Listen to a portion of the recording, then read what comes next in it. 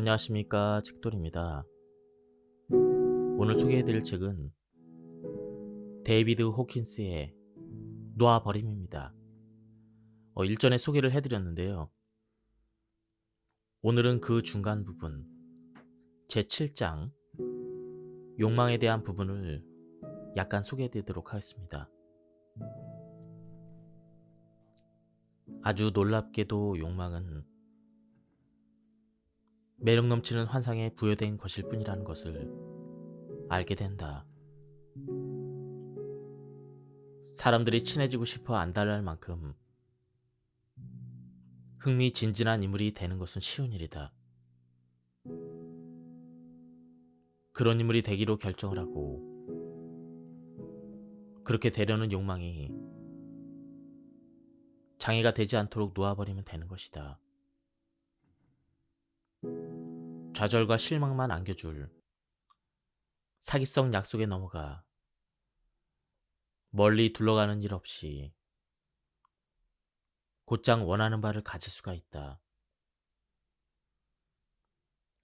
사람들이 친해지고 싶어 할 만큼 흥미진진한 인물이 되는 법은 아주 쉽다. 자신이 되고 싶은 유형의 인물을 마음속에 그리고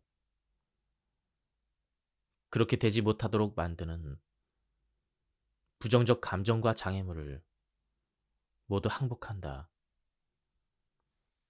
그러면 가져야 하는 것 전부, 해야 하는 일 전부가 소유하거나 행하는 수준에서가 아니라 존재하는 수준에서 힘과 에너지가 가장 크기 때문이다. 우선권이 주어지면 존재하는 수준은 자동적으로 사람의 행동을 통합하고 조직한다. 이러한 기제는 마음에 품은 대로 실현되기 쉽다라는 공통 경험으로 입증된다. 마음속 결정의 힘.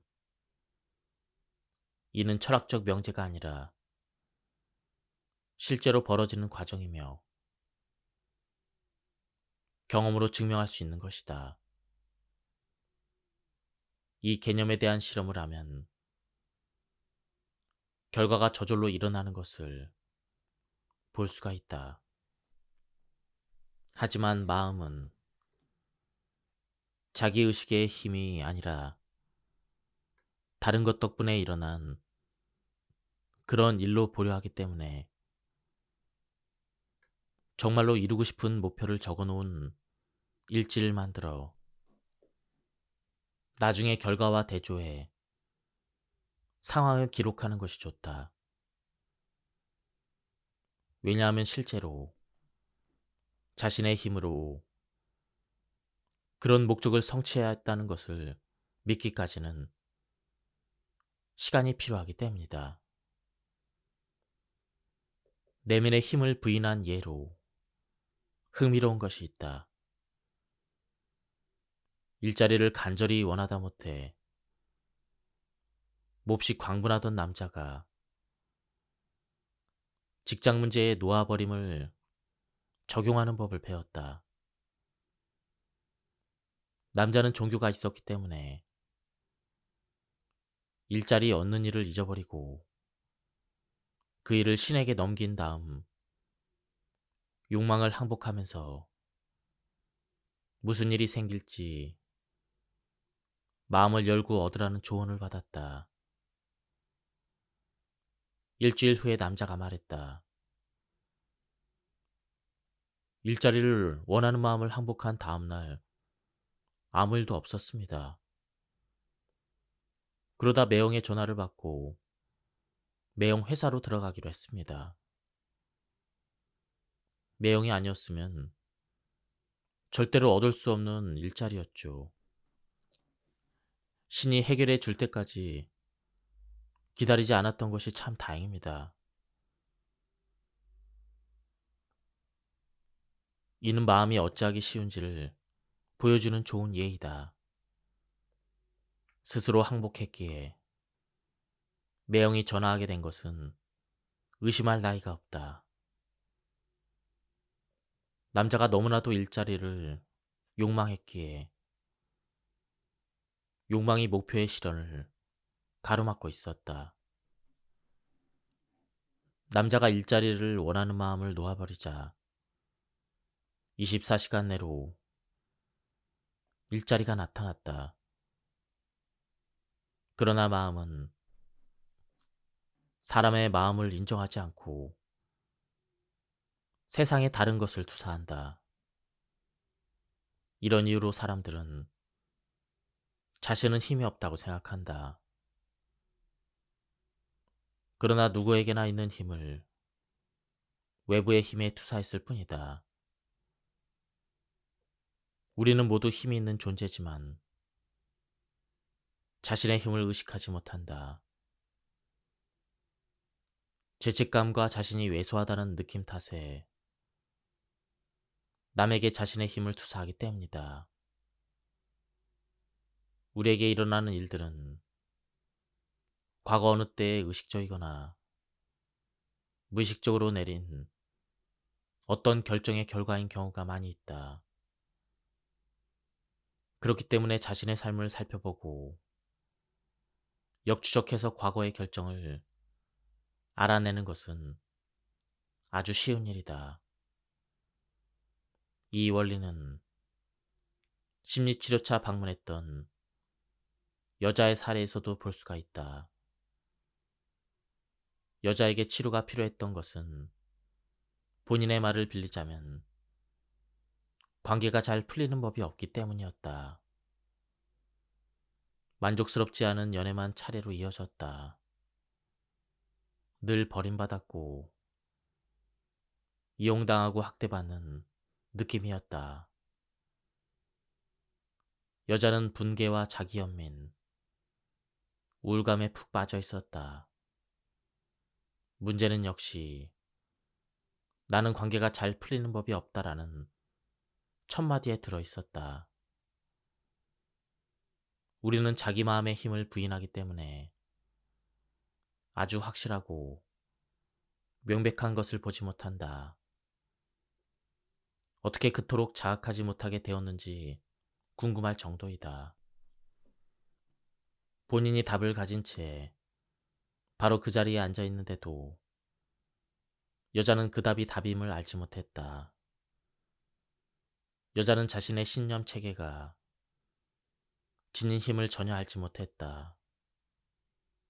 우리의 마음은 힘이 너무 세서 마음에 나는 관계가 잘 풀리는 법이 없어. 이와 같은 생각 하나만 품으면 삶에서 그런 일이 생기기 매우 쉽다.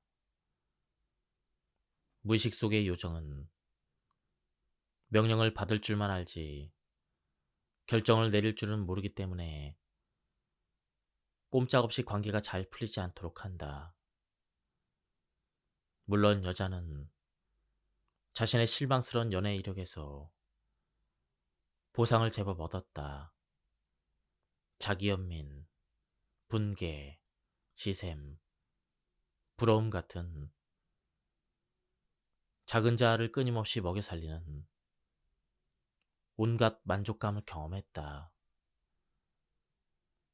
자신의 왜소한 부분을 잘 살펴보면 이런 종류의 감정이야말로 작은 자아가 빠져서 뒹굴며 좋아 죽는 것임을 알게 된다.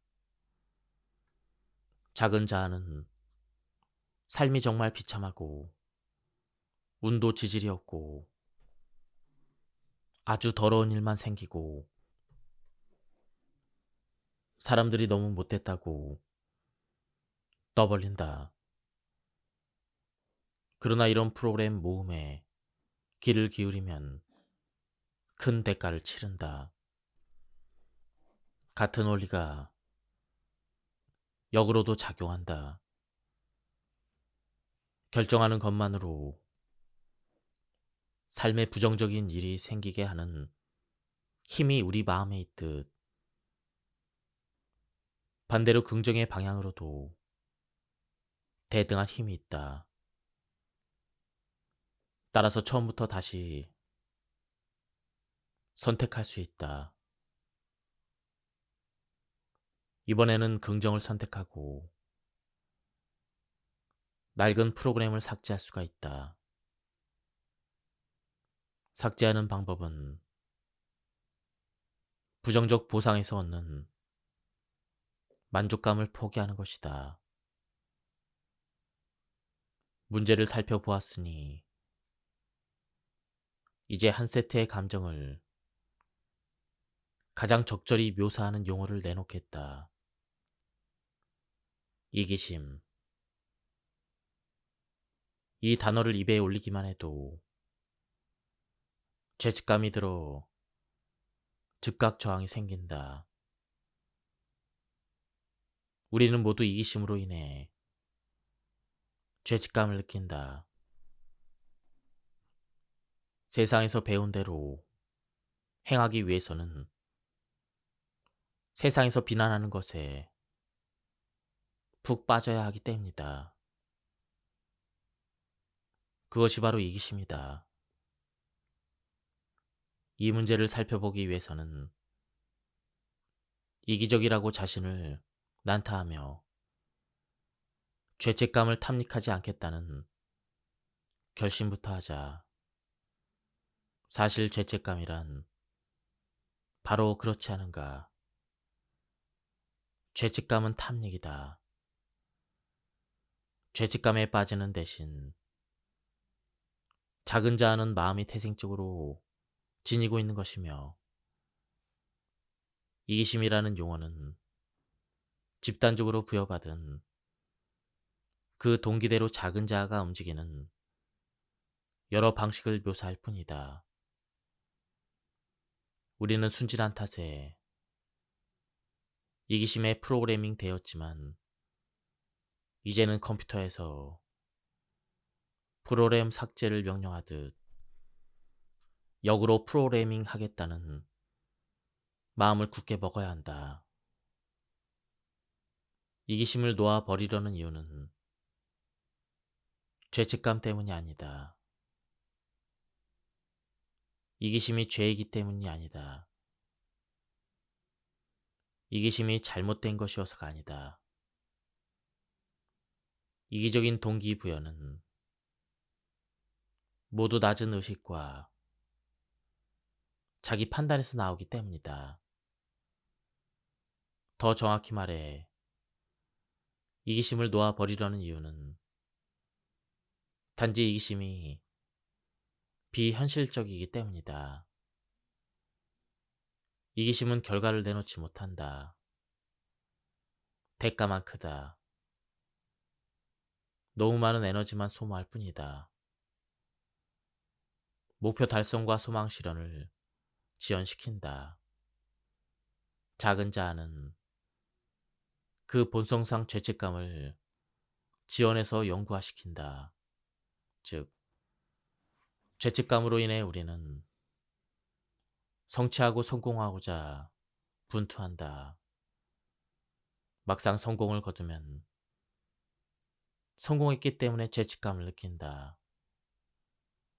죄책감 게임에서 승리는 없다. 유일한 해결책은 죄책감을 포기하고 놓아버리는 것이다. 마음은 우리가 죄책감을 칭찬으로 생각하게 만들고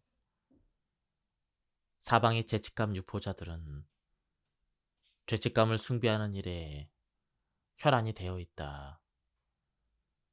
죄책감을 느끼는 쪽과 좋게 바뀌는 쪽 중에서 어느 쪽이 더 중요할까? 누가 내게 빚이 있다면 그 사람이 죄책감을 느끼는 쪽과 내게 돈을 갚는 쪽 중에서 어느 쪽이 나을까? 죄책감을 느끼고자 한다면 적어도 부지부실간에 죄책감에 휘둘리기보다는 의식적으로 죄책감을 선택해야 한다. 작은 이기심에서 벗어나면 큰 이기심이 들어선다. 작은 자아에서 큰 나로 옮겨온다. 무력함에서 힘으로, 자기 증오와 편협함에서 사랑과 조화로 옮겨온다. 갈등에서 느긋함으로, 좌절에서 성취로 옮겨온다.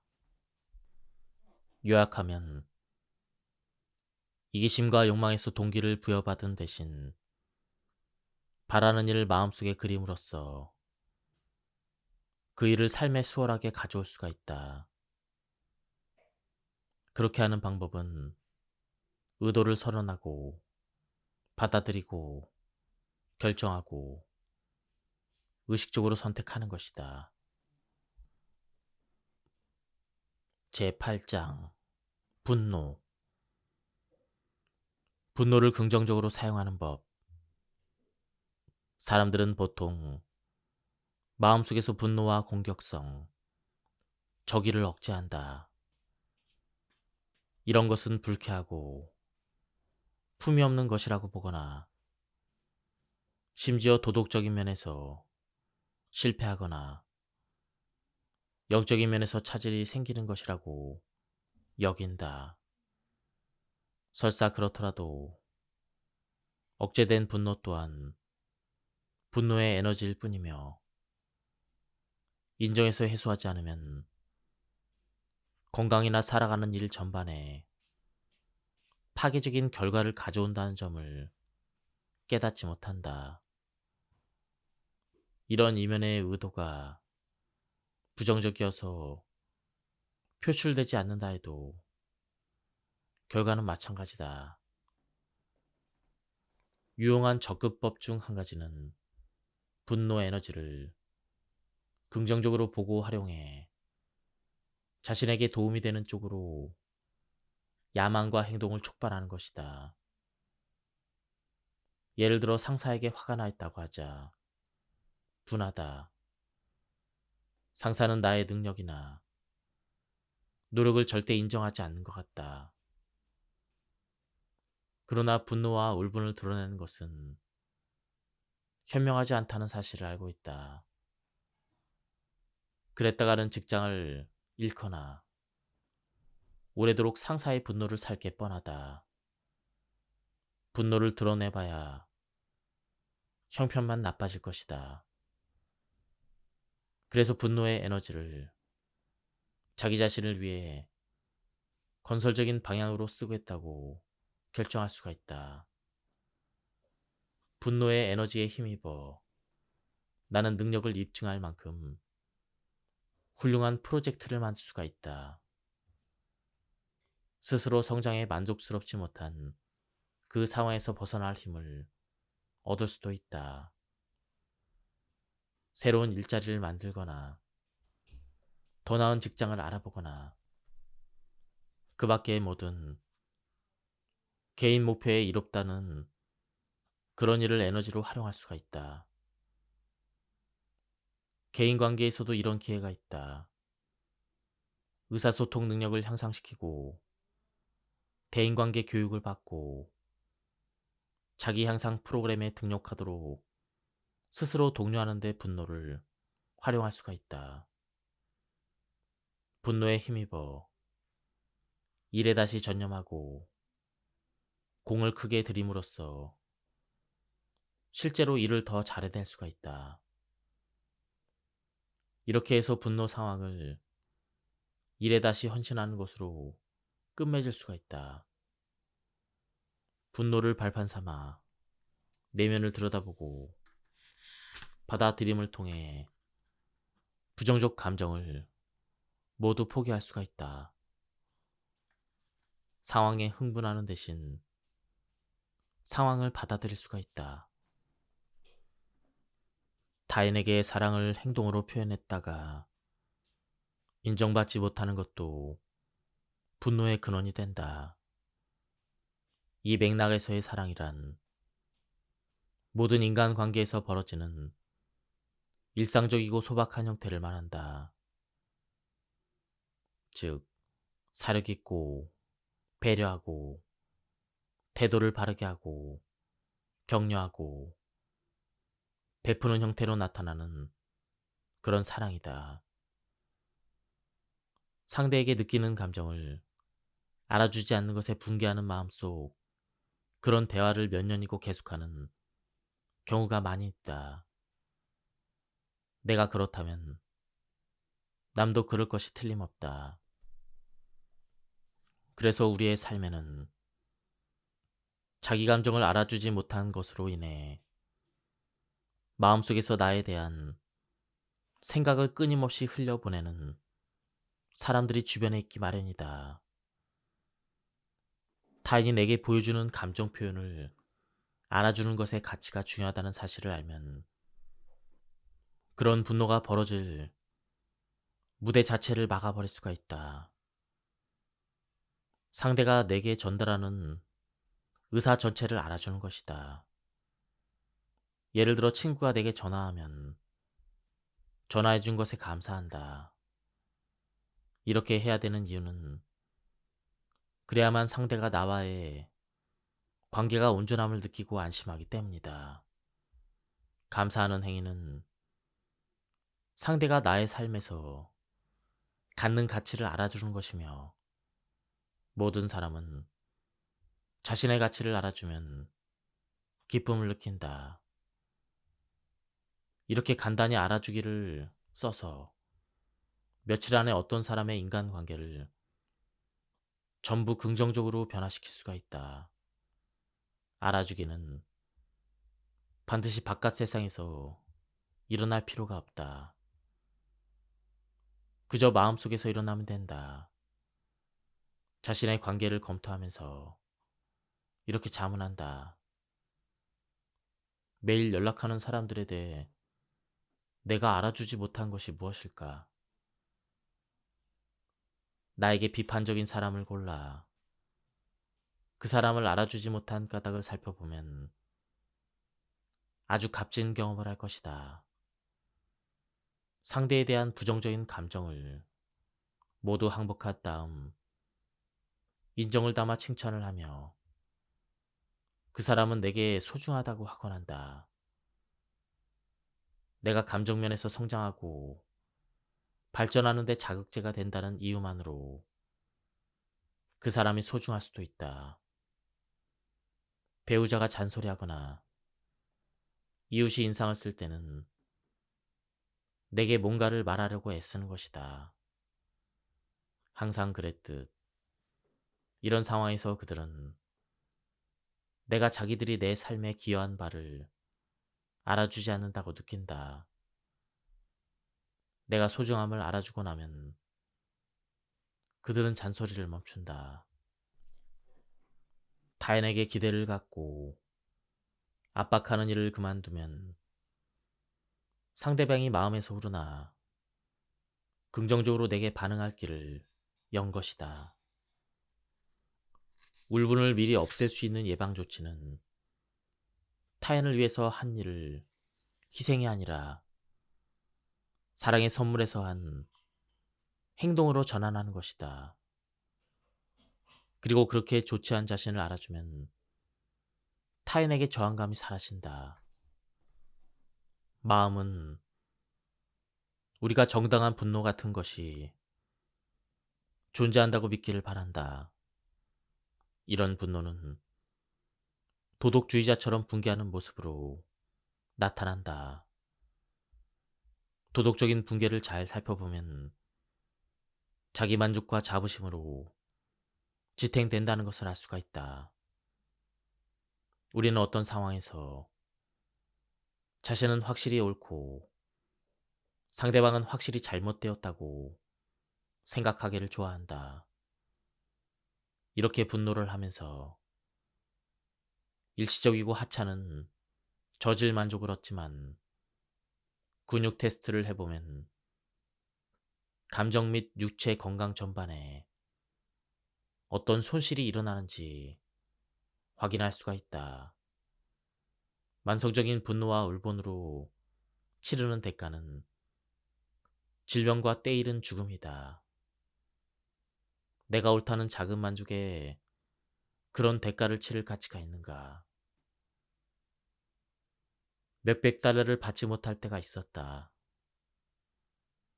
나는 빌려준 사람으로서 나는 옳고 상대방은 틀렸다고 하는 데서 하찮은 만족을 얻고 있음을 솔직히 인정한 다음 에고가 얻은 이득을 항복하겠다고 마음속으로 결정했다. 에고가 얻은 이득이 상대방의 빚을 갚지 못하게 막고 있음이 분명했다.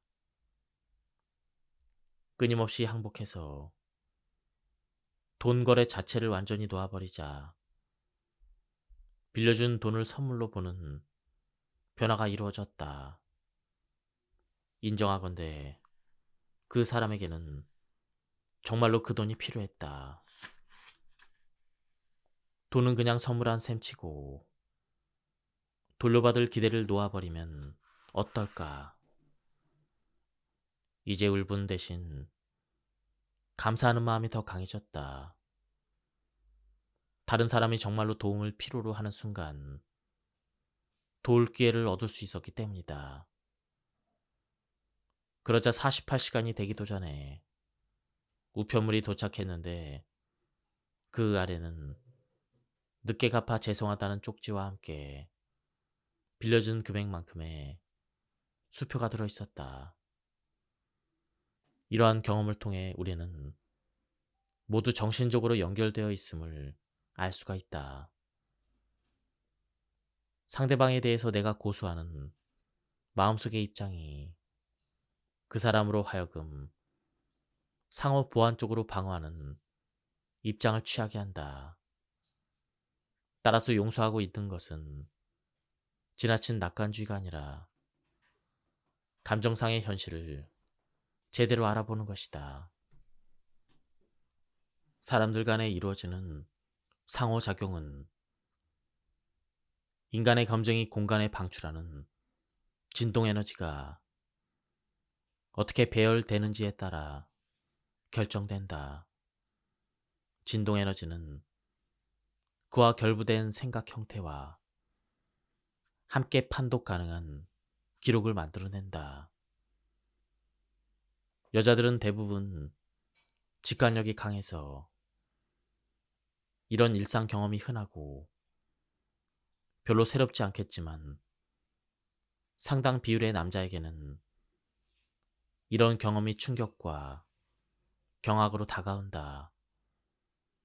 이 사회에서 남자들은 특정적으로 좌뇌 성향을 갖고 있으므로 우뇌 기능의 특징인 직감보다는 이성과 논리가 발달했다. 계속해서 부정성을 놓아버려 내면에서 감정 치유가 일어나면 좌뇌 기능과 우뇌 기능 간 균형이 좋아진다. 남자도 직관력 능력을 가질 수가 있다. 이런 능력이 나타나는 것을 알게 되면 남자들은 보통 놀라면서 좋아한다. 이성과 논리로는 도저히 이해할 수 없는 상황을 한눈에 읽을 수 있는 것도 놀랍고도 만족스러운 경험이다. 직감을 통해 임시로 가설을 세운 다음 이성과 논리를 통해 그 가설을 확인하는 것이 이상적이다.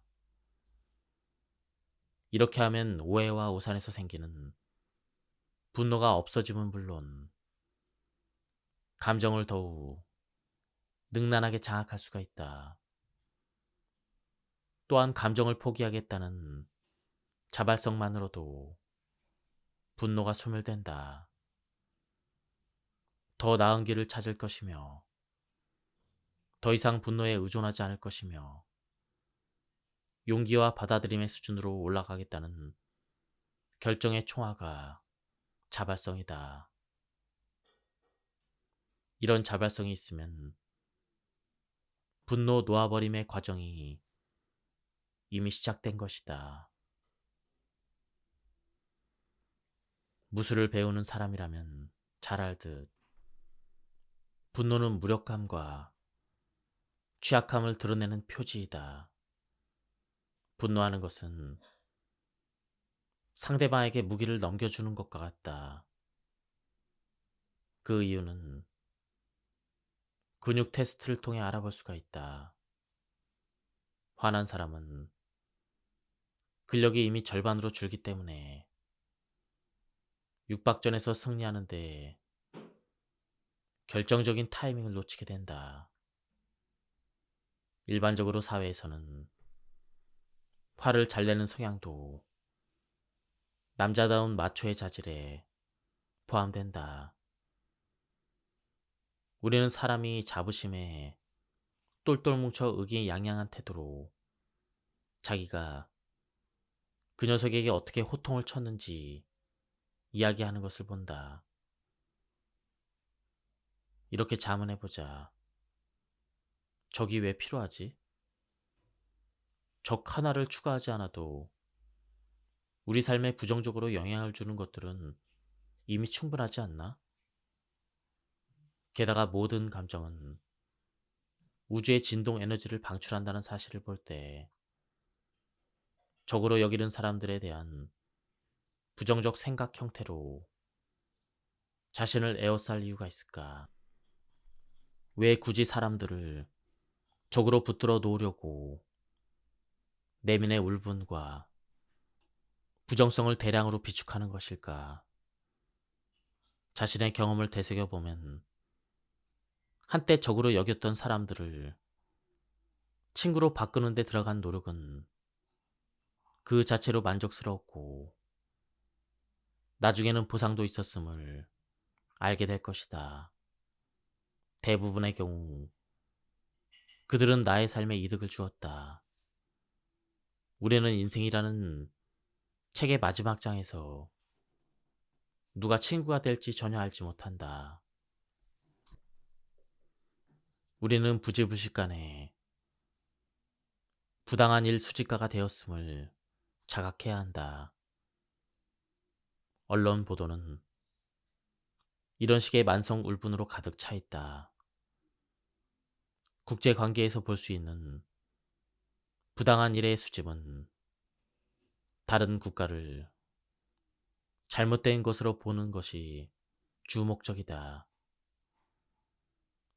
우리는 부당한 일 수집을 정상적인 일로 믿도록 프로그래밍 되어 있다.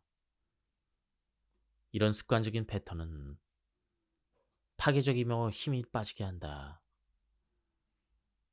그와는 대조적인 놓아버림 기제를 사용하면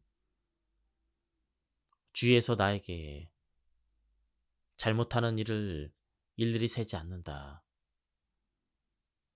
대신 주변의 아름다움과 기회를 보는 데 시간을 들이고 주의를 기울이게 된다. 분노는 구속하는 것이지 자유를 주는 것이 아니다. 분노는 나를 타인에게 연결해서 상대방을 나의 생활 패턴 속에 붙들어 놓는다. 분노의 에너지, 의로운 분노라는 하찮은 이득, 부당하게 취급받았다는 느낌, 복수의 열망 등을 놓아버릴 때 우리는 비로소 부정적 패턴에서 벗어날 수가 있다. 내 삶에 거듭 출현하는 사람의 유형이 정확히 같지는 않다. 그 사람이 아니면 내게 분노와 울분을 일으킬 만한 성질을 똑같이 지닌 사람이 나타날 것이다. 내가 마침내 내면의 화난 상태를 해결할 때 비로소 그런 일은 재발하지 않게 될 것이다. 갑자기 그같이 성질을 지닌 사람들이 내 삶에서 사라진다. 그러므로 내가 분노와 울분을 완전히 포기하기 전까지 분노는 어떤 사람을 내게서 육체적으로 멀어지도록 강제할 수 있더라도 정신적으로는 그 사람을 내게 더 가까이 묶어놓는다. 분노 포기는 여러 가지로 이롭다. 편안하고 안락하게 느낄 수 있는 자유를 얻는다. 성장하고 치유할 기회를 매일 얻을 수 있고 미묘한 끈에 매여 있지 않고도 서로를 보살필 수 있으며 건강이 좋아지고 생명 에너지가 커지는 만족감을 느낄 수가 있다. 이런 돌파구 덕에 우리는 힘은 덜 들고 성과는 더 좋은 내적 자유의 상태로 올라갈 수가 있다. 부정적 감정을 항복할수록 자부심이라는 목발에 의지하지 않는다. 자부심 대신 이른바 겸손이 들어서고 주관적으로는 평화로운 상태를 경험한다. 진정한 겸손은 공개석상에서 흔히 볼 수 있는 겸손을 자부하는 모습이나 거짓된 교만과는 뚜렷이 구별된다. 거짓된 겸양이란 자부심이 지나치다 보니 내놓고 떠벌리지는 못하는 자기 업적을 남들이 알아주기를 기대하는 그 마음에서 자신을 깎아내리는 척하는 것이다. 참된 겸손은 겸손하다는 말을 듣는 사람 스스로는 느낄 수가 없는 것이다. 참된 겸손은 감정이 아니기 때문이다. 앞에서 이야기했듯 진정으로 겸허한 사람은 굴욕을 느낄 수가 없다. 굴욕에 면역되어 있다. 방어할 것이 아무것도 없다. 상처받지 않으므로 타인이 가하는 비판적인 공격을 경험하지 않는다. 타인이 가하는 비판적인 언사는 비판자 자신의 내면 문제를 드러낸 것으로 여길 뿐이다. 예를 들어 누가 넌 네가 꽤나 잘났다고 생각하지? 라고 하면 진정으로 겸허한 사람은 질문자에게 남을 시샘하는 문제가 있을 뿐 질문 자체에는 애당초 현실적 근거가 없음을 알고 있다. 기분 상할 것이 없으므로 반응할 필요가 없다. 이와는 대조적으로 자부심에 찬 사람은 이런 질문을 모욕으로 여겨 상처받기도 하고 말로 대받아치기도 하며 폭력으로 끝맺는 경우도 있다. 자부심에 찬 물욕과 반대되는 것은 소박함이다. 소박함이 소유물 부족을 뜻하진 않는다. 더 정확히 말하자면 소박함은 마음 상태다. 수백억 재산이 있는 또 다른 인물이 있다. 그녀는 어마어마한 규모의 토지와 재물을 소유하고 있다. 그럼에도 개인으로서의 그녀는 완전한 소박함의 상징이다. 소유물은 그녀가 세상에서 얻은 것들을 보여줄 뿐이고 그녀는 그 아름다움을 즐긴다. 그래서 단 한마디의 비판을 들을 일도 시샘을 받을 일도 없다. 무엇을 갖고 있는지는 중요하지 않다. 그것을 어떻게 갖고 있는지, 즉 자신의 의식 속에서 어떤 틀 안에 갖고 있으며 자신에게 무엇을 의미하는지가 중요하다. 여자의 사유지에는 도난 경보장치나 경비원이 없다. 사실 누가 이를 지적했을 때 그녀는 이렇게 대꾸했다. 누가 도둑질할 만큼 뭐가 꼭 필요하다면 가져가도 됩니다. 아무도 그녀의 것을 훔쳐간 적이 없다는 사실은 그녀가 자신의 가진 것을 타인과 기꺼이 나누고자 한다는 사실과 무관하지 않다. 그녀가 소유물을 도둑맞지 않은 것은 자신의 소유물에 대해서 자부심에 차 있지 않다는 것과 관계가 있다. 소유욕과 애착은 자부심의 결과로 생겨난다. 따라서 애착은 고통의 원인이 될 수가 있다. 애착이 있으면 잃어버릴지 모른다는 공포가 생기고, 잃어버림과 함께 무의욕과 우울, 비탄의 수준으로 되돌아간다.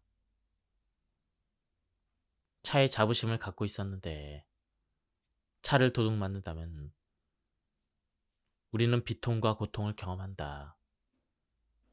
그러는 대신 느슨하게 차를 보유한 채로 차의 아름다움과 완성도를 즐기면서 차를 가진 것에 대해서 감사한다면 차를 잃어버려도 가볍게 낙심하게 될 뿐이다. 감사는 자부심의 해독제로 꼽을 수가 있다. 높은 지능 지수를 타고났다면 자부심 대신 감사하면 된다. 지능은 업적이 아니다. 타고난 것일 뿐이다. 주어진 것에 감사하고 신이 주신 재능에 큰 노력을 더해 이루어낸 일에 감사한다면 항상 평화로운 마음 상태에 있으면서 마음에 상처받을 일이 없을 것이다. 내 것이라는 수식어가 붙은 것마다 인간의 마음이 자부심을 느끼는 모습을 관찰해 보면 우습고 흥미롭다. 사람은 지극히 사소한 것에도 터무니없는 자부심을 갖는다. 그래서 그런 코미디를 볼 수 있는 사람은 그와 관련된 자부심을 놓아버리는 일이 어렵지 않다. 어떤 사람들은 모순되게도 거꾸로 된 속물근성에 빠져 있다. 그들은 싸게 산 물건이나 중국학의 섭렵에 대해서 자부심을 갖는다. 물건에 지나친 값을 치르는 사람들을 보고 털을 깎이는 양 같다고 하면서 바보는 머지않아 돈과 헤어지기 마련이라는 말을 되뇌인다.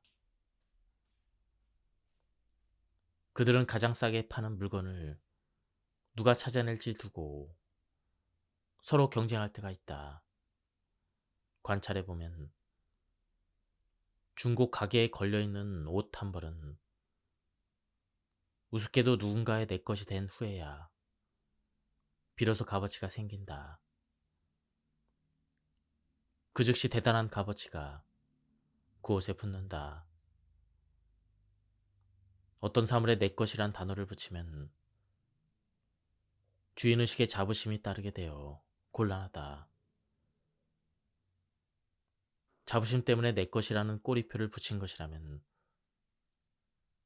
죄다 방어해야 될 것처럼 느끼게 된다. 소유하려는 욕망을 놓아버리면 그런 취약성을 줄일 수가 있다. 내 것이라 하는 대신 하나라는 단어를 쓰게 된다. 내 셔츠가 아니라 하나의 셔츠라고 하는 것이다. 이런 식으로 나의 생각에 대해서도 내 의견 대신에 하나의 의견이라고 여기면 어조가 바뀌는 것을 느낄 수가 있다. 사람들은 왜 자신의 의견 때문에 그토록 얼굴을 붉히는 것일까? 내 것이라는 느낌 탓이다.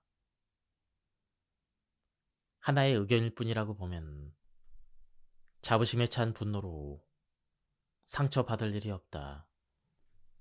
지금까지 이 책에 대한 리뷰를 모두 마쳤습니다. 뒤에는 좀 더 좋은 내용들이 많았습니다. 다음 시간에 시간이 될 때 한 번 더 소개해 드리도록 하겠습니다. 여기서 리뷰를 마치도록 하겠습니다. 감사합니다. 안녕하십니까. 책돌입니다. 오늘 소개해 드릴 책은 데이비드 호킨스의 놓아버림입니다.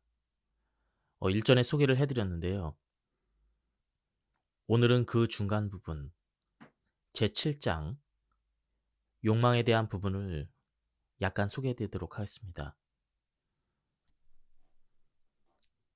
아주 놀랍게도 욕망은 매력 넘치는 환상에 부여된 것일 뿐이라는 것을 알게 된다. 사람들이 친해지고 싶어 안달날 만큼 흥미진진한 인물이 되는 것은 쉬운 일이다. 그런 인물이 되기로 결정을 하고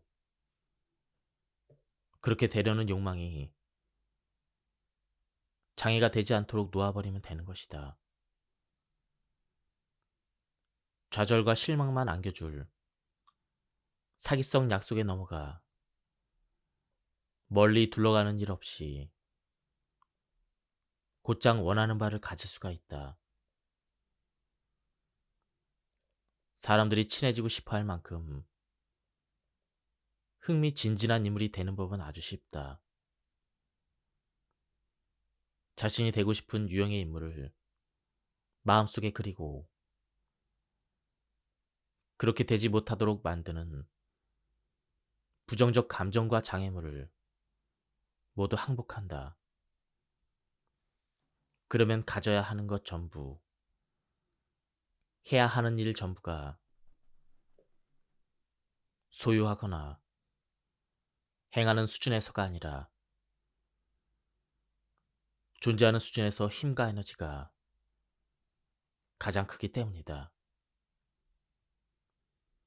우선권이 주어지면 존재하는 수준은 자동적으로 사람의 행동을 통합하고 조직한다. 이러한 기제는 마음에 품은 대로 실현되기 쉽다라는 공통 경험으로 입증된다. 마음속 결정의 힘. 이는 철학적 명제가 아니라 실제로 벌어지는 과정이며 경험으로 증명할 수 있는 것이다.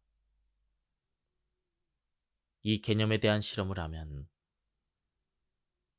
결과가 저절로 일어나는 것을 볼 수가 있다.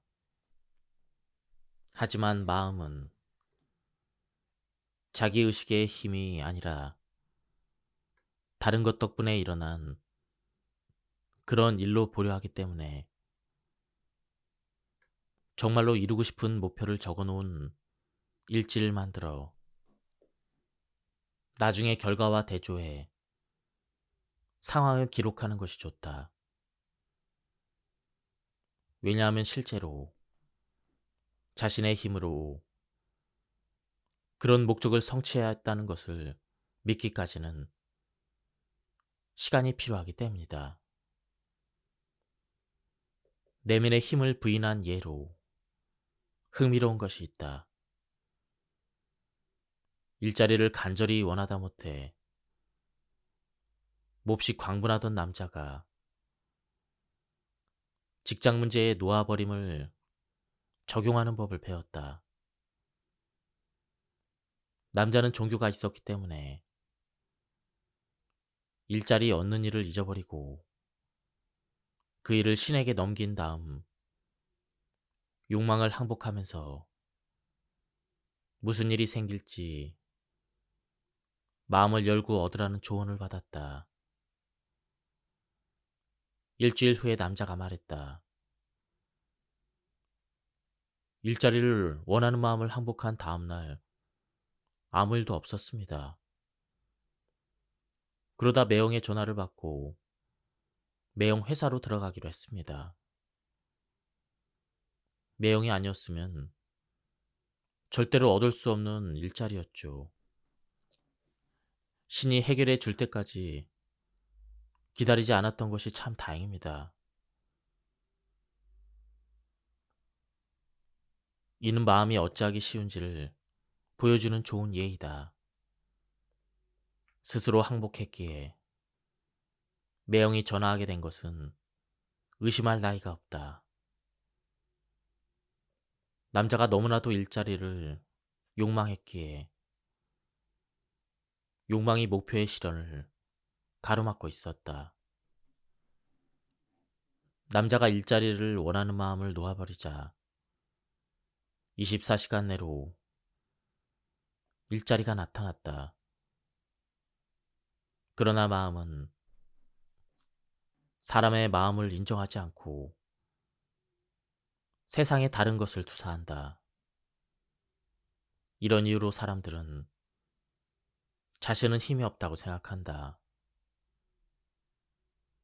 그러나 누구에게나 있는 힘을 외부의 힘에 투사했을 뿐이다. 우리는 모두 힘이 있는 존재지만 자신의 힘을 의식하지 못한다. 죄책감과 자신이 왜소하다는 느낌 탓에 남에게 자신의 힘을 투사하기 때문이다. 우리에게 일어나는 일들은 과거 어느 때에 의식적이거나 무의식적으로 내린 어떤 결정의 결과인 경우가 많이 있다. 그렇기 때문에 자신의 삶을 살펴보고 역추적해서 과거의 결정을 알아내는 것은 아주 쉬운 일이다. 이 원리는 심리치료차 방문했던 여자의 사례에서도 볼 수가 있다. 여자에게 치료가 필요했던 것은 본인의 말을 빌리자면 관계가 잘 풀리는 법이 없기 때문이었다. 만족스럽지 않은 연애만 차례로 이어졌다. 늘 버림받았고 이용당하고 학대받는 느낌이었다. 여자는 분개와 자기연민, 우울감에 푹 빠져 있었다. 문제는 역시 나는 관계가 잘 풀리는 법이 없다라는 첫마디에 들어 있었다. 우리는 자기 마음의 힘을 부인하기 때문에 아주 확실하고 명백한 것을 보지 못한다. 어떻게 그토록 자학하지 못하게 되었는지 궁금할 정도이다. 본인이 답을 가진 채 바로 그 자리에 앉아 있는데도 여자는 그 답이 답임을 알지 못했다. 여자는 자신의 신념 체계가 지닌 힘을 전혀 알지 못했다. 우리의 마음은 힘이 너무 세서 마음에 나는 관계가 잘 풀리는 법이 없어. 이와 같은 생각 하나만 품으면 삶에서 그런 일이 생기기 매우 쉽다. 무의식 속의 요정은 명령을 받을 줄만 알지 결정을 내릴 줄은 모르기 때문에 꼼짝없이 관계가 잘 풀리지 않도록 한다. 물론 여자는 자신의 실망스러운 연애 이력에서 보상을 제법 얻었다. 자기연민, 분개, 시샘, 부러움 같은 작은 자아를 끊임없이 먹여 살리는 온갖 만족감을 경험했다. 자신의 왜소한 부분을 잘 살펴보면 이런 종류의 감정이야말로 작은 자아가 빠져서 뒹굴며 좋아 죽는 것임을 알게 된다. 작은 자아는 삶이 정말 비참하고 운도 지질이 없고 아주 더러운 일만 생기고 사람들이 너무 못됐다고 떠벌린다. 그러나 이런 프로그램 모음에 귀를 기울이면 큰 대가를 치른다. 같은 원리가 역으로도 작용한다. 결정하는 것만으로 삶에 부정적인 일이 생기게 하는 힘이 우리 마음에 있듯 반대로 긍정의 방향으로도 대등한 힘이 있다. 따라서 처음부터 다시 선택할 수 있다. 이번에는 긍정을 선택하고 낡은 프로그램을 삭제할 수가 있다. 삭제하는 방법은 부정적 보상에서 얻는 만족감을 포기하는 것이다. 문제를 살펴보았으니 이제 한 세트의 감정을 가장 적절히 묘사하는 용어를 내놓겠다. 이기심. 이 단어를 입에 올리기만 해도 죄책감이 들어 즉각 저항이 생긴다. 우리는 모두 이기심으로 인해 죄책감을 느낀다. 세상에서 배운 대로 행하기 위해서는 세상에서 비난하는 것에 푹 빠져야 하기 때문이다. 그것이 바로 이기심이다. 이 문제를 살펴보기 위해서는 이기적이라고 자신을 난타하며 죄책감을 탐닉하지 않겠다는 결심부터 하자. 사실 죄책감이란 바로 그렇지 않은가? 죄책감은 탐닉이다. 죄책감에 빠지는 대신 작은 자아는 마음이 태생적으로 지니고 있는 것이며 이기심이라는 용어는 집단적으로 부여받은 그 동기대로 작은 자아가 움직이는 여러 방식을 묘사할 뿐이다. 우리는 순진한 탓에 이기심에 프로그래밍 되었지만 이제는 컴퓨터에서 프로그램 삭제를 명령하듯 역으로 프로그래밍 하겠다는 마음을 굳게 먹어야 한다. 이기심을 놓아버리려는 이유는 죄책감 때문이 아니다. 이기심이 죄이기 때문이 아니다. 이기심이 잘못된 것이어서가 아니다. 이기적인 동기부여는 모두 낮은 의식과 자기 판단에서 나오기 때문이다. 더 정확히 말해 이기심을 놓아버리려는 이유는 단지 이기심이 비현실적이기 때문이다. 이기심은 결과를 내놓지 못한다. 대가만 크다. 너무 많은 에너지만 소모할 뿐이다. 목표 달성과 소망 실현을 지연시킨다. 작은 자아는 그 본성상 죄책감을 지연해서 영구화시킨다. 즉, 죄책감으로 인해 우리는 성취하고 성공하고자 분투한다. 막상 성공을 거두면 성공했기 때문에 죄책감을 느낀다. 죄책감 게임에서 승리는 없다. 유일한 해결책은 죄책감을 포기하고 놓아버리는 것이다. 마음은 우리가 죄책감을 칭찬으로 생각하게 만들고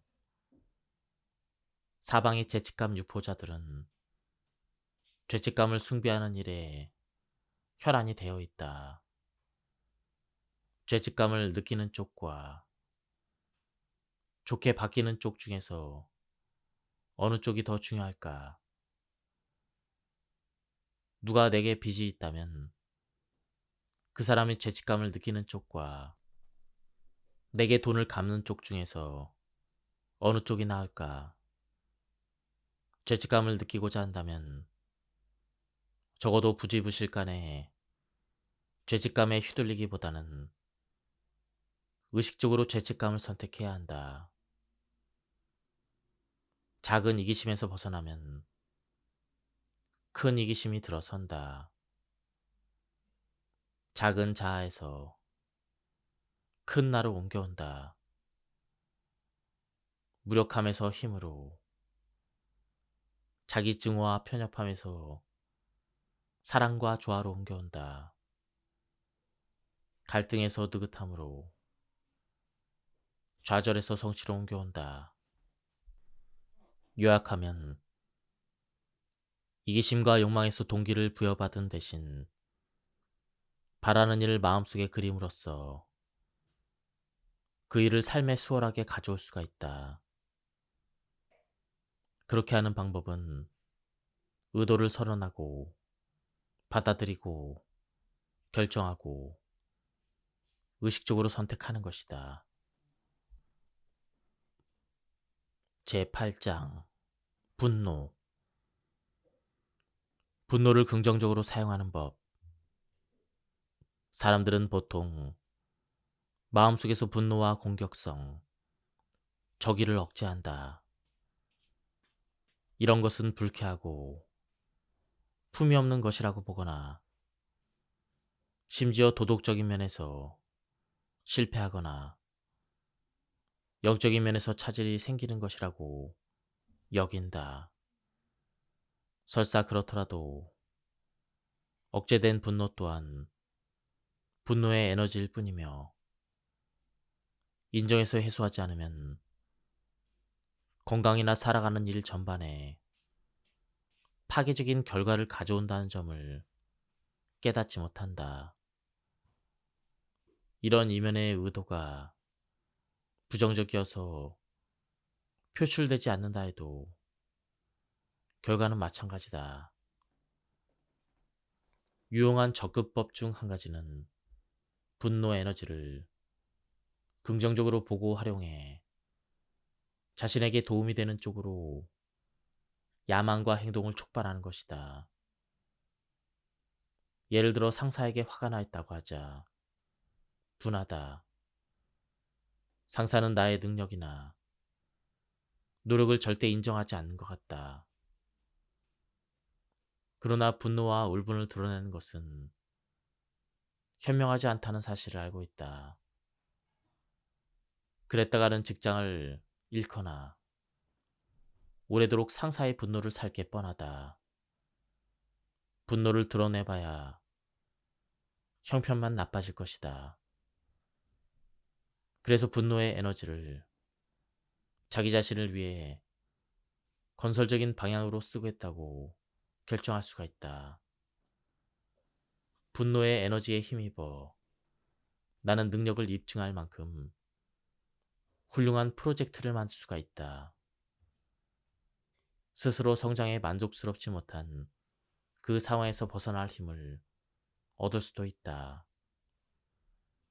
새로운 일자리를 만들거나 더 나은 직장을 알아보거나 그 밖의 모든 개인 목표에 이롭다는 그런 일을 에너지로 활용할 수가 있다.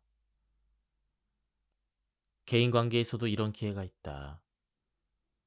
의사소통 능력을 향상시키고 대인관계 교육을 받고 자기 향상 프로그램에 등록하도록 스스로 독려하는 데 분노를 활용할 수가 있다.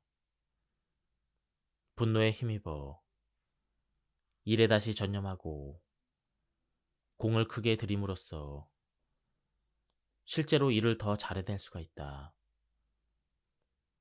이렇게 해서 분노 상황을 일에 다시 헌신하는 것으로 끝맺을 수가 있다. 분노를 발판 삼아 내면을 들여다보고 받아들임을 통해 부정적 감정을 모두 포기할 수가 있다. 상황에 흥분하는 대신 상황을 받아들일 수가 있다. 타인에게 사랑을 행동으로 표현했다가 인정받지 못하는 것도 분노의 근원이 된다. 이 맥락에서의 사랑이란 모든 인간관계에서 벌어지는 일상적이고 소박한 형태를 말한다. 즉, 사려깊고 배려하고 태도를 바르게 하고 격려하고 베푸는 형태로 나타나는 그런 사랑이다. 상대에게 느끼는 감정을 알아주지 않는 것에 분개하는 마음속 그런 대화를 몇 년이고 계속하는 경우가 많이 있다. 내가 그렇다면 남도 그럴 것이 틀림없다. 그래서 우리의 삶에는 자기 감정을 알아주지 못한 것으로 인해 마음속에서 나에 대한 생각을 끊임없이 흘려보내는 사람들이 주변에 있기 마련이다. 타인이 내게 보여주는 감정 표현을 알아주는 것의 가치가 중요하다는 사실을 알면 그런 분노가 벌어질 무대 자체를 막아버릴 수가 있다. 상대가 내게 전달하는 의사 전체를 알아주는 것이다. 예를 들어 친구가 내게 전화하면 전화해준 것에 감사한다. 이렇게 해야 되는 이유는 그래야만 상대가 나와의 관계가 온전함을 느끼고 안심하기 때문이다. 감사하는 행위는 상대가 나의 삶에서 갖는 가치를 알아주는 것이며 모든 사람은 자신의 가치를 알아주면 기쁨을 느낀다. 이렇게 간단히 알아주기를 써서 며칠 안에 어떤 사람의 인간관계를 전부 긍정적으로 변화시킬 수가 있다. 알아주기는 반드시 바깥 세상에서 일어날 필요가 없다. 그저 마음속에서 일어나면 된다. 자신의 관계를 검토하면서 이렇게 자문한다. 매일 연락하는 사람들에 대해 내가 알아주지 못한 것이 무엇일까? 나에게 비판적인 사람을 골라 그 사람을 알아주지 못한 까닭을 살펴보면 아주 값진 경험을 할 것이다. 상대에 대한 부정적인 감정을 모두 항복한 다음 인정을 담아 칭찬을 하며 그 사람은 내게 소중하다고 하곤 한다. 내가 감정면에서 성장하고 발전하는 데 자극제가 된다는 이유만으로 그 사람이 소중할 수도 있다.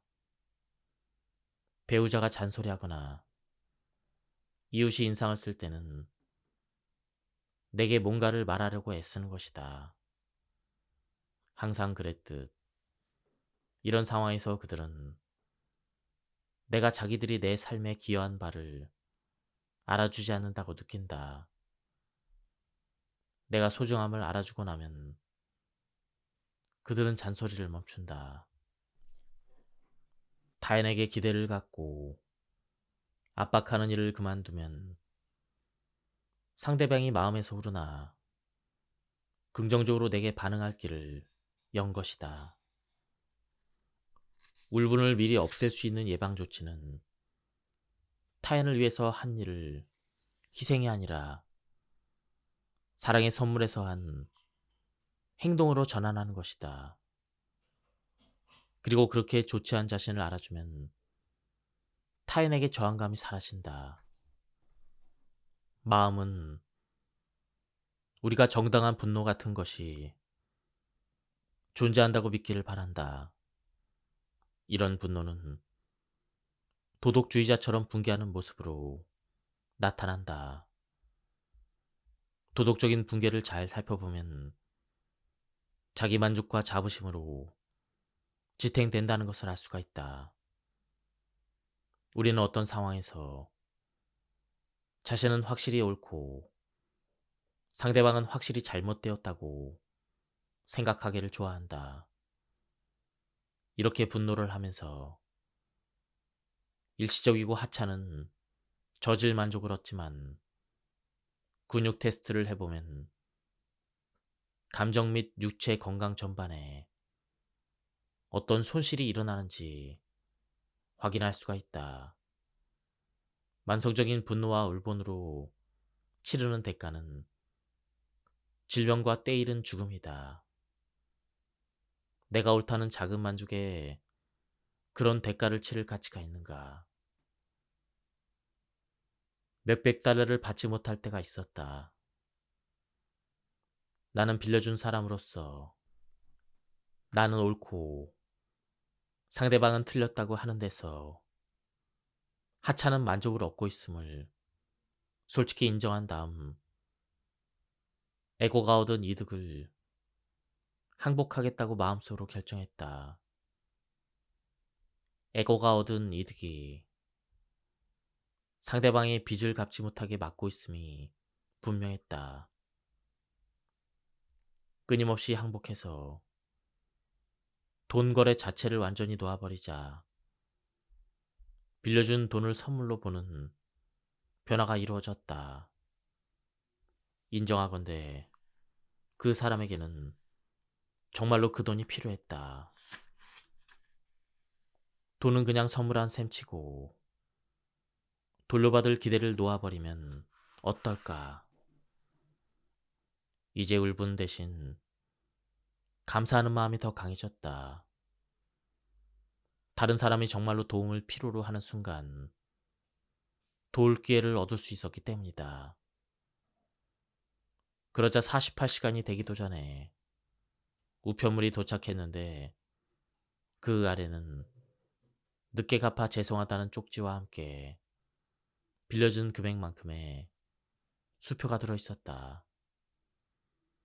이러한 경험을 통해 우리는 모두 정신적으로 연결되어 있음을 알 수가 있다.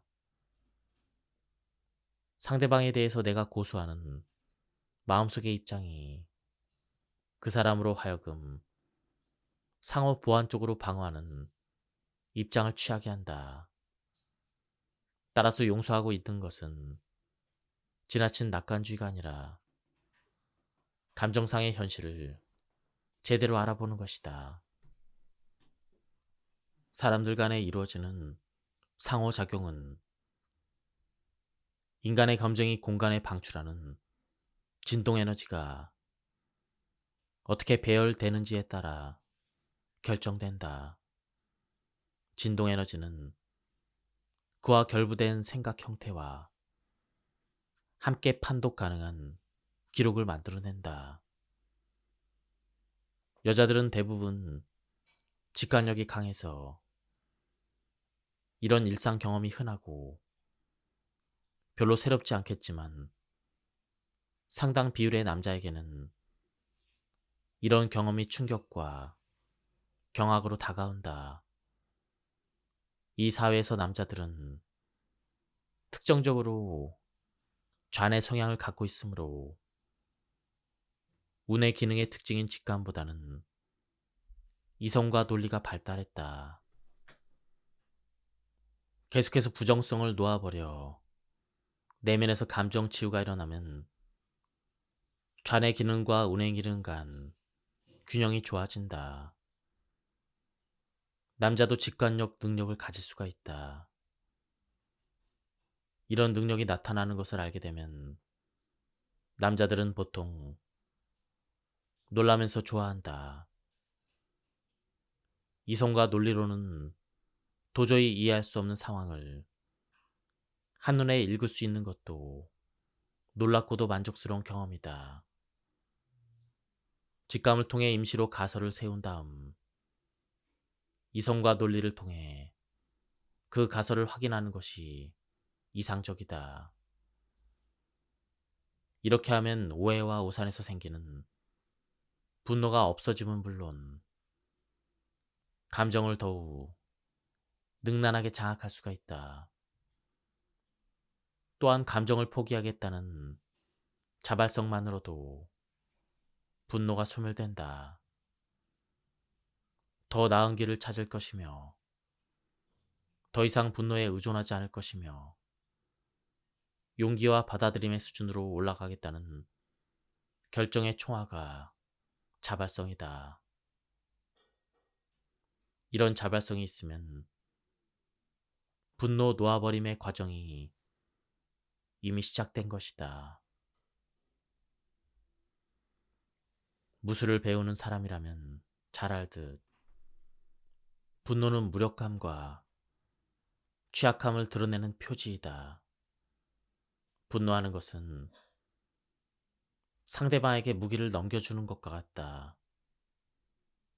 그 이유는 근육 테스트를 통해 알아볼 수가 있다. 화난 사람은 근력이 이미 절반으로 줄기 때문에 육박전에서 승리하는데 결정적인 타이밍을 놓치게 된다. 일반적으로 사회에서는 화를 잘 내는 성향도 남자다운 마초의 자질에 포함된다. 우리는 사람이 자부심에 똘똘 뭉쳐 의기양양한 태도로 자기가 그 녀석에게 어떻게 호통을 쳤는지 이야기하는 것을 본다. 이렇게 자문해보자. 적이 왜 필요하지?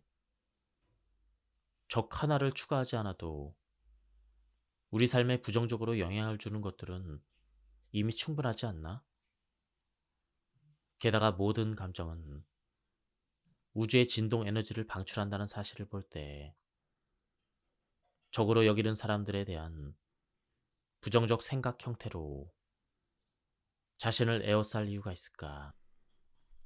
왜 굳이 사람들을 적으로 붙들어 놓으려고 내면의 울분과 부정성을 대량으로 비축하는 것일까? 자신의 경험을 되새겨보면 한때 적으로 여겼던 사람들을 친구로 바꾸는 데 들어간 노력은 그 자체로 만족스러웠고 나중에는 보상도 있었음을 알게 될 것이다. 대부분의 경우 그들은 나의 삶에 이득을 주었다.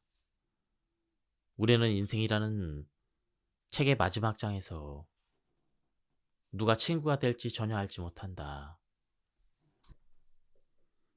우리는 부지불식간에 부당한 일 수집가가 되었음을 자각해야 한다. 언론 보도는 이런 식의 만성 울분으로 가득 차 있다.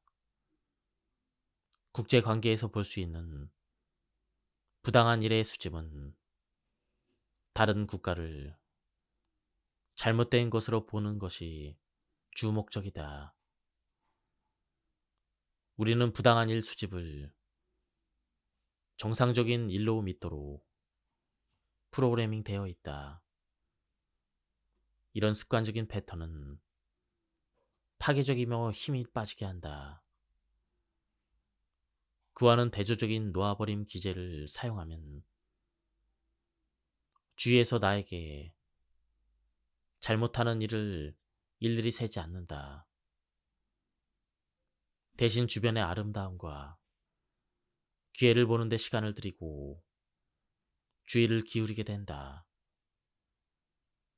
분노는 구속하는 것이지 자유를 주는 것이 아니다.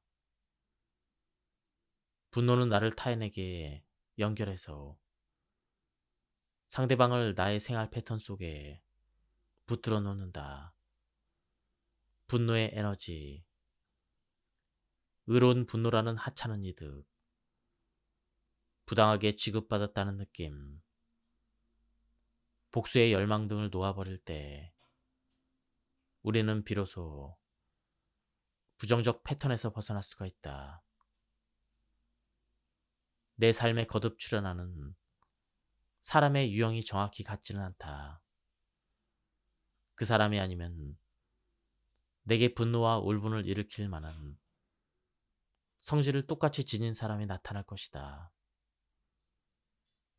내가 마침내 내면의 화난 상태를 해결할 때 비로소 그런 일은 재발하지 않게 될 것이다. 갑자기 그같이 성질을 지닌 사람들이 내 삶에서 사라진다.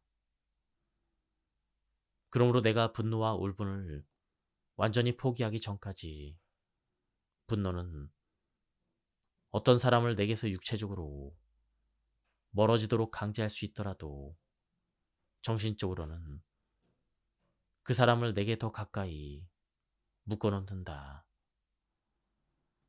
분노 포기는 여러 가지로 이롭다. 편안하고 안락하게 느낄 수 있는 자유를 얻는다. 성장하고 치유할 기회를 매일 얻을 수 있고 미묘한 끈에 매여 있지 않고도 서로를 보살필 수 있으며 건강이 좋아지고 생명 에너지가 커지는 만족감을 느낄 수가 있다. 이런 돌파구 덕에 우리는 힘은 덜 들고 성과는 더 좋은 내적 자유의 상태로 올라갈 수가 있다.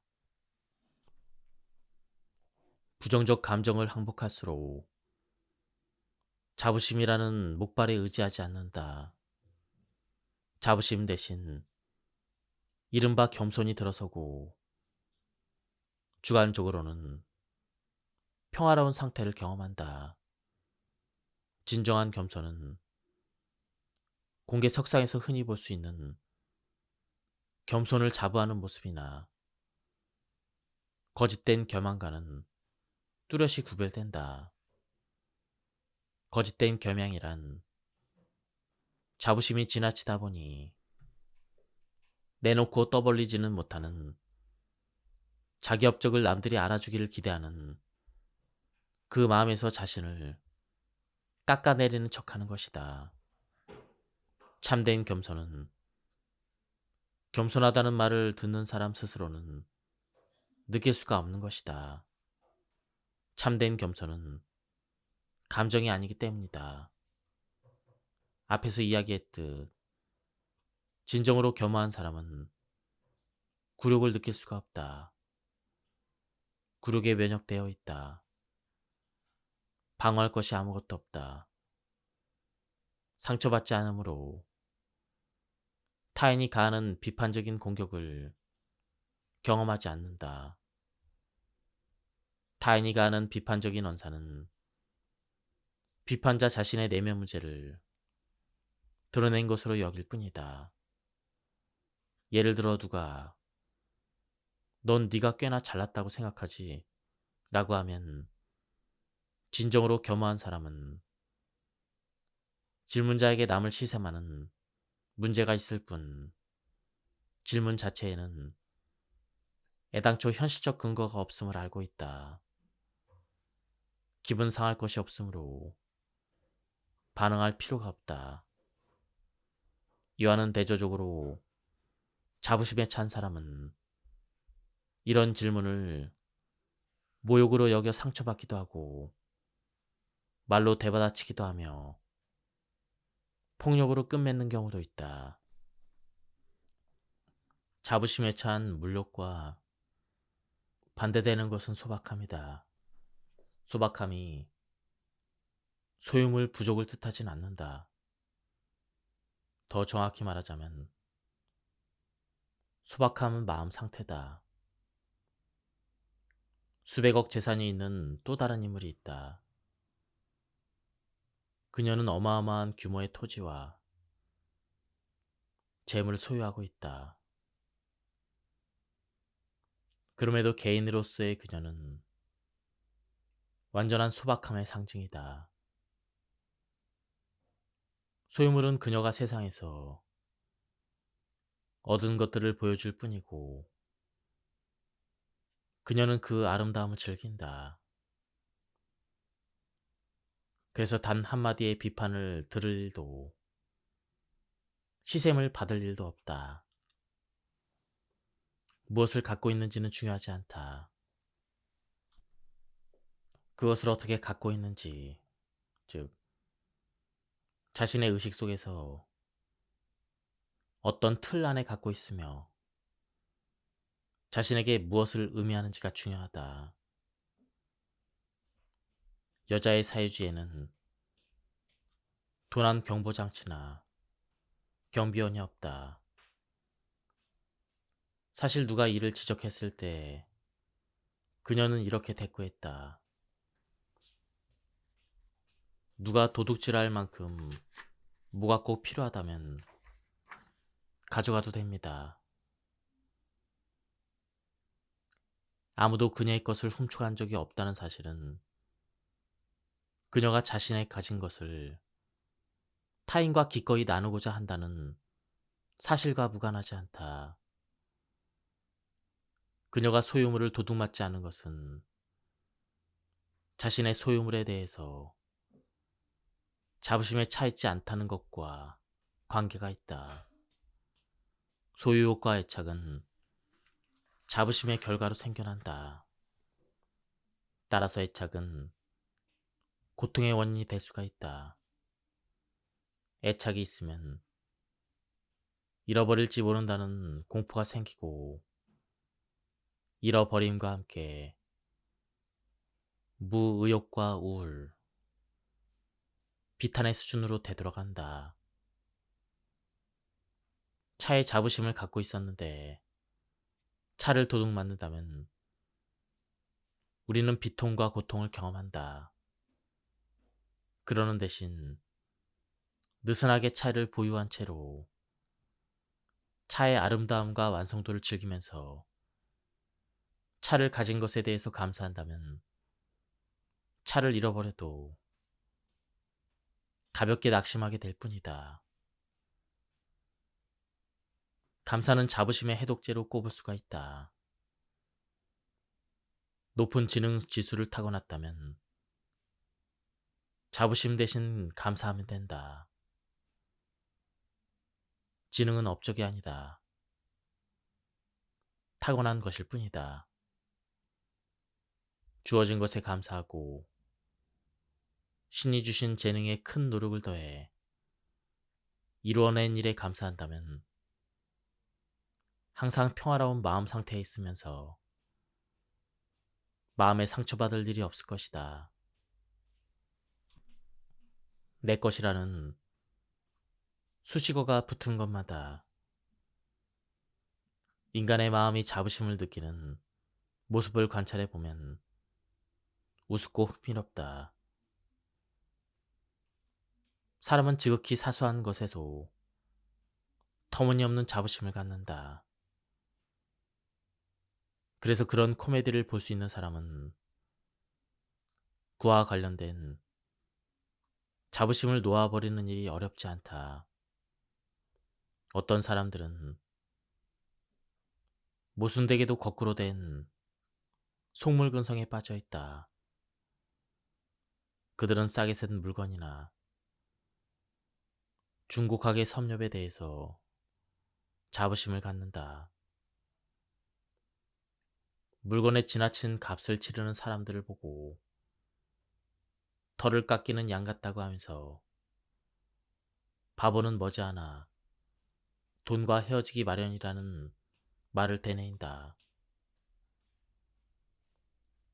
그들은 가장 싸게 파는 물건을 누가 찾아낼지 두고 서로 경쟁할 때가 있다.